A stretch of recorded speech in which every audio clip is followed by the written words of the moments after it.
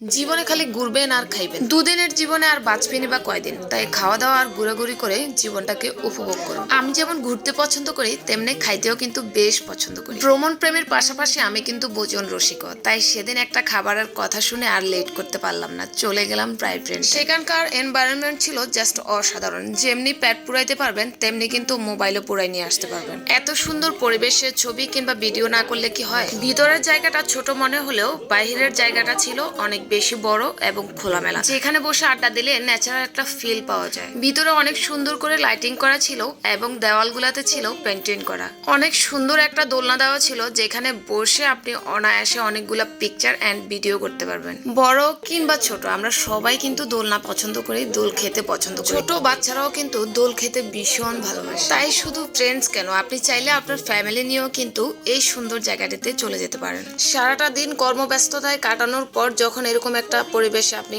আড্ডা দিবেন, তখন আপনার মন অনায়াসে ভালো হয়ে যাবে। তাই আর দেরি না করে ভালোবাসার মানুষদেরকে নিয়ে চলে যান ব্রাইব্রেন্টে। এই রেস্টুরেন্টের লোকেশনটা একদম ইজি। আপনারা চাইলে কান্দির পার্ক কিংবা টমসম ব্রিজ থেকে অনায়াসে এদিকটায় চলে আসতে পারেন। রিক্সাওয়ালা মামাকে বললে একদম দৌড়াই নিয়ে আসবে আপনাকে এই রেস্টুরেন্টে। এই রেস্টুরেন্টের এক্সাক্ট লোকেশনটা হচ্ছে ডুলিপাড়া মোড়ে। কান্দির পার্ক থেকে 50 টাকা রিক্সা ভাড়ায় এবং টমসম ব্রিজ থেকে অটোতে করে আসলে 10 টাকা এবং রিক্সা করে আসলে 20 টাকা কিংবা 30 টাকা নিতে পারে। অনেক তো বক বক করা হয়েছে পরিবেশ নিয়ে, এবার চলুন খাবার নিয়ে কথা বলি। তাদের রেস্টুরেন্টের খুব ফেমাস একটি খাবার হচ্ছে এই কিউট কিউট সিঙ্গারাগুলো। এই সিঙ্গারাগুলো খাওয়ার জন্যই মূলত আমি তাদের রেস্টুরেন্টে চলে যাই। বাট তাদের রেস্টুরেন্টের অন্যান্য খাবারগুলোও ছিল বেশ মজাদার। ফ্রেঞ্চ ফ্রাই, সিঙ্গারা, বার্গার আর সাথে নিয়েছিলাম কফি। রিজনেবল প্রাইসে তাদের এই খাবারগুলো খুব মজা ছিল। সিঙ্গারার উপরে পেঁয়াজ আর মশলার ফ্লেভারটা ছিল জাস্ট অসাধারণ। সিঙ্গারাগুলো কি যে মুচমুচে ছিল, মুখে দিতেই একদম শান্তি লাগছিল। তাদের ফ্রেঞ্চ ফ্রাইয়ের কোয়ান্টিটি ছিল অনেক বেশি।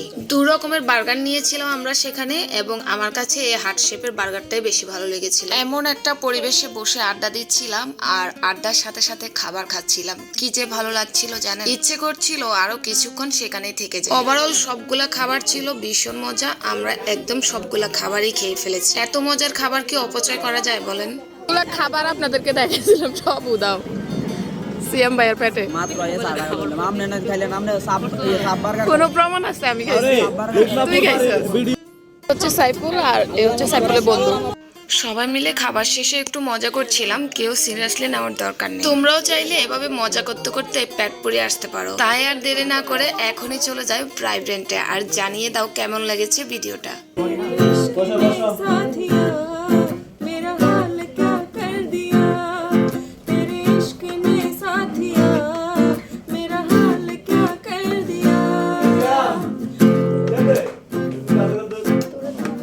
একজন একটা আগে